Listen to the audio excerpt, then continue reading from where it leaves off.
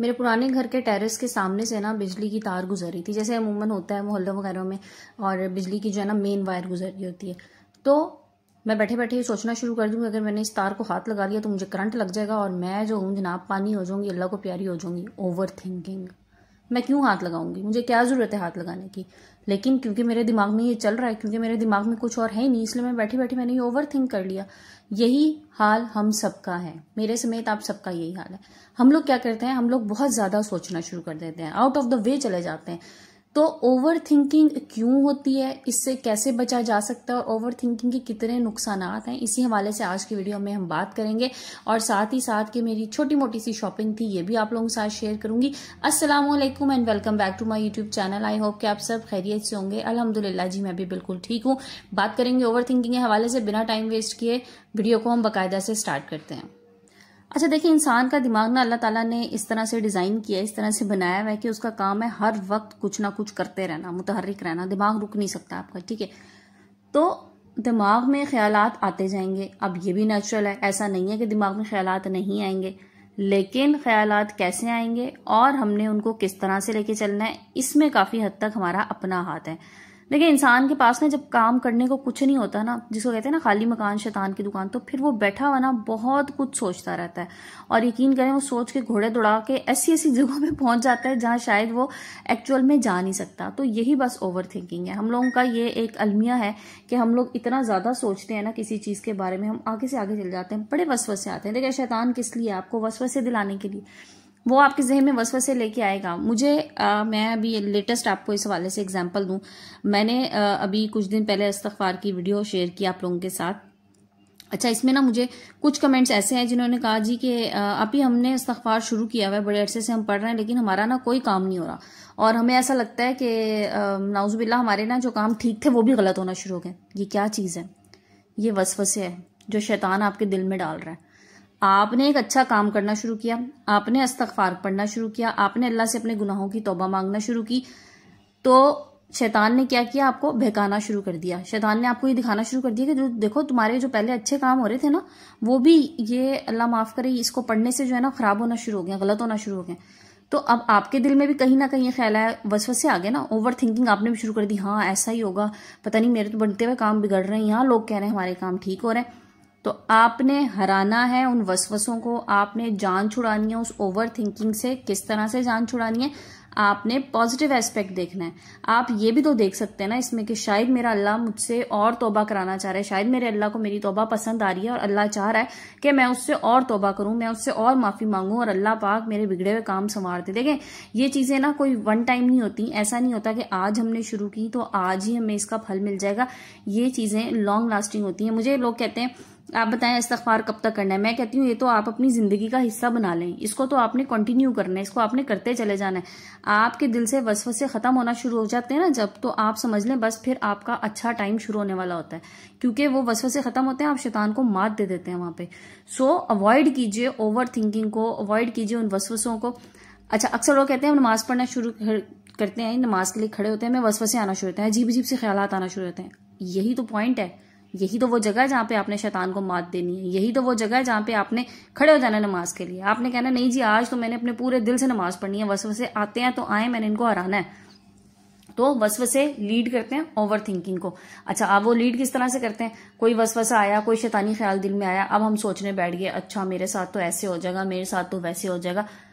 तो वो क्या है? ओवर थिंकिंग ही है ना। आप हद से ज्यादा सोचते हैं। अच्छा, हम ना काफी चीजों के बारे में ना बहुत ज्यादा सेंसिटिव हो जाते हैं। कुछ बाज माएँ होती हैं अपने बच्चों के बारे में बहुत सेंसिटिव होती हैं, ओवर थिंकर्स होती हैं कि बस जनाब सर्दी आना शुरू हो रही है ना, तो कुछ माएँ इतनी ओवर सेंसिटिव होती हैं कि बच्चों ने बस सॉक्स भी पहन लें, टोपियां भी पहन लें और गर्म कपड़े ही पहन लें, सब कुछ पहन लें, कुछ ठंडा नहीं देना, कुछ ये नहीं देना, कुछ ऐसा ना हो जाए, हवा ना लग जाए, और फिर उसमें ना कई गुना आगे निकल जाती हैं। तो इस चीज को अवॉइड कीजिए, इस चीज से परहेज कीजिए। देखें, जितना जो कुछ अल्लाह ताला ने जिस तरह लिखा है वो उस तरह से ही होगा, उसके बारे में हद से ज्यादा सोचते रहना। फिर कुछ लोग मुस्तकबिल के बारे में बहुत ओवर थिंकिंग करते हैं। आज जनाब ये मेरे साथ हो रहा है तो इसके मेरे मुस्तकबिल के इतने बुरे असरात होंगे, पता नहीं मेरे साथ क्या हो जाएगा, पता नहीं क्या से क्या हो जाएगा।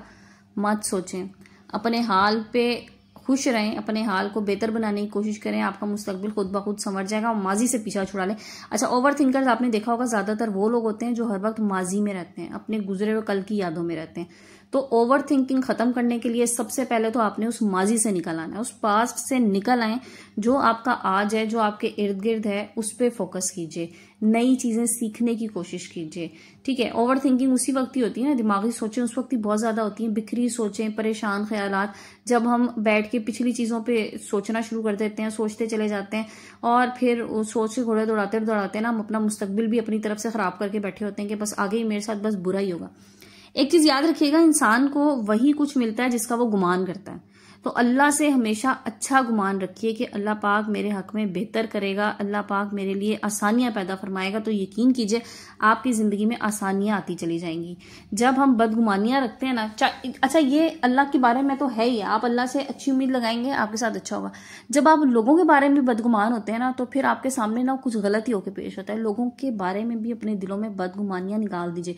मैं वीडियोस बनाती हूँ और मैं वीडियोस में अक्सर आपको कहती हूँ कि जी जो आपको बुरा कर रहा है आपके साथ, आप उसके साथ अच्छा करने की कोशिश कीजिए। 1 बार करें, 2 बार, 3 बार, उसके बाद आप पीछे हट जाएं। बदगुमानी ना दिल में लेके आए, बस आप पीछे हट जाएं। आप सोच लें कि बस ठीक है, मेरे साथ इतना ही था, या इस शख्स का मेरे साथ इतना ही अच्छा ताल्लुक था, बस अब इसको बजाय इसके कि हम बदगुमानियां लाके ताल्लुकात खराब करें, हमें क्या करना चाहिए, एक स्टेप बैकवर्ड आ जाना चाहिए, पीछे आ जाए।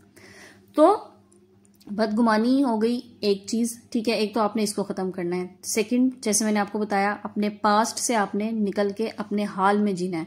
हाल मस्त माल मस्त क्या कहते हैं, बस समझ लें कि यही इस वक्त टाइम चल रहा है और आपने ऐसे ही रहना है। अच्छा जी, नेक्स्ट चीज जनाब, ओवर थिंकिंग से निकलने के लिए ना हर वक्त अपने दिमाग को आपने खाली नहीं रखना, किसी ना किसी काम में अपने आप को इन्वॉल्व रखिए। देखिए दिमागी सलाहियतें जो होती है ना, इनको जंग लग जाता है जब हम इन्हें इस्तेमाल नहीं कर रहे होते, और फिर जाहिर है जब जंग लगेगा तो फिर वो रगड़ खाएगा। देखें जंग जिस चीज को लगी होती है, जब आपसे चलाने की कोशिश करती है, क्या होता है, रगड़ की आवाज आती है ना, तो बस ये रगड़ की आवाज ही ओवर थिंकिंग है, इससे आपने बचना है। सो कोई ना कोई काम हर वक्त अपने लिए निकाल के जरूर रखिए, खास तौर पर जहनी काम, दिमागी तौर पर, जिसमें आपको थोड़ा सा कुछ करना पड़े ना, दिमाग लड़ाना पड़े जिसको कहते हैं।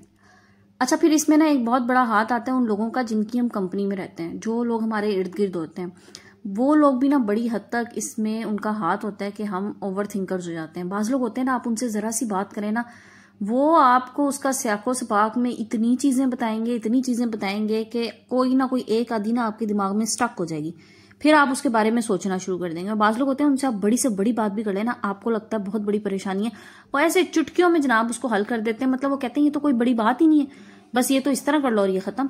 लेकिन कुछ लोग जो होते हैं ना, उन्होंने क्योंकि लस्सी बनाने में मास्टर्स किया होता है तो वो कहते हैं कि बस पानी डालते जाओ, लस्सी बनाते जाओ, और ये लस्सी जो होती है ना, ये आपके दिमाग को हिला के रख देती है। बिखरी सोचें आपके इस दिमाग में आती जाएंगी, सोच एक चीज से 10 चीजें निकल जाएंगी। अच्छा, फिर ओवर थिंकर क्या करता है, बैठ के सोचता है अच्छा ऐसे हुआ होगा, उसने यूं किया होगा। ये जो होगा वाला फ्रेज है ना, ये बड़ा खतरनाक है, इसको भी आपने अपनी जिंदगी से निकालना है। जब हम ये सोचते हैं ना ऐसे होगा, ऐसे हुआ होगा, उसने ये किया होगा, वो ये सोच रहा होगा, एक तो इसमें बदगुमानी है। तो बदगुमान इंसान जो होता है ना, ये भी अल्लाह को नापसंद होता है, याद रखिएगा।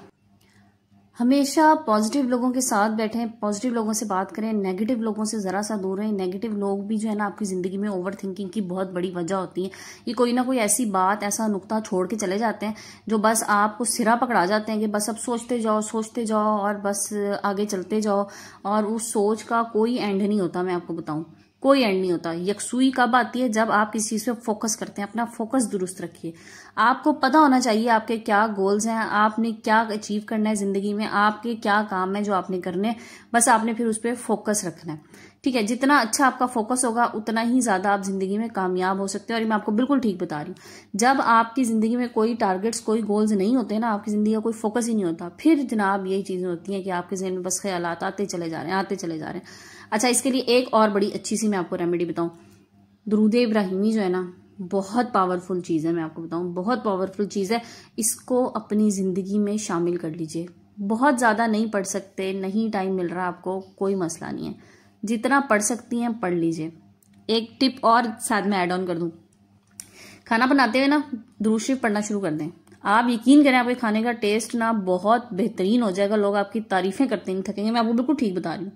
स्पेशली जब आप कोई दावत वगैरह अरेंज करें ना, उसमें ज़रूर ये काम किया करें। और वैसे जब आपकी एक बार हैबिट बन जाएगी तो फिर ये आपके साथ चलता जाएगा, और इससे क्या होगा, आपके खाने में बरकत भी आएगी, टेस्ट भी आएगा। और मैं कहती हूँ अपने बच्चों पे पढ़ के ज़रूर दम किया करें, बच्चों को ज़रूर सिखाएं कि बच्चे खुद पढ़ना शुरू करें। तो ये चीज़ें जो होती हैं ना, आपको दिली सुकून देती हैं। जब आपका दिल पुरसुकून होगा, आपका जहन पुरसुकून होगा, यकीन करें आपकी पूरी ज़िंदगी में सुकून ही सुकून आपको अपने अंदर उतरता हुआ महसूस होगा। आपके मुश्किल से मुश्किल काम जो है ना वो होना शुरू हो जाएंगे। अल्लाह पाक आपके लिए ऐसी जगहों से रास्ते वसीले बनाएगा कि आप हैरान रह जाएंगे कि मैं तो सोच भी नहीं सकता था यहाँ से ये दरवाज़ा मेरे लिए खुल जाएगा। तो 100 बातों की एक बात, सबसे बेहतरीन चीज़, अल्लाह से आपके राब्ते मजबूत होने चाहिए। आपके दिल को इत्मीनान उस वक्त ही होगा जब आपका अल्लाह से राब्ता मजबूत होगा। जब वो कहते हैं आपने अल्लाह की रस्सी को मजबूती से थाम लिया ना, तो बस फिर यकीन करें दुनिया के तो कोई चीज़ें आपको मुश्किल लगेंगी नहीं। मुश्किलात बड़ी से बड़ी भी आ जाए ना, आप उनमें आसानी से निकल जाएंगे। तो जनाब ये थी आज की वीडियो ओवर थिंकिंग के हवाले से। आई होप कि जिन लोगों को ये प्रॉब्लम है वो मेरी इस वीडियो के बाद इस पे गौर ज़रूर करेंगे, और जिन लोगों को प्रॉब्लम नहीं है मुझे ज़रूर बताइएगा कि उन लोगों ने कैसे, अगर पहले इस तरह का कोई मसला था, वो इससे किस तरह से निकलें। शायद कोई ऐसी चीज़ मुझे आप लोग जो मैं नहीं बता सकी आप लोग बताएं, और आपके तवस्सुत से मुझे भी समझ आए, और जो मेरे सुनने वाले देखने वाले उनको भी वो चीज़ समझ में आ जाए। क्योंकि छोटी छोटी सी नेकियां होती हैं, कर लें, और क़यामत के दिन ना छोटी छोटी नेकियों की बड़ी ज़रूरत होगी हमें। तो छोटी छोटी सी नेकियां ज़रूर किया करें।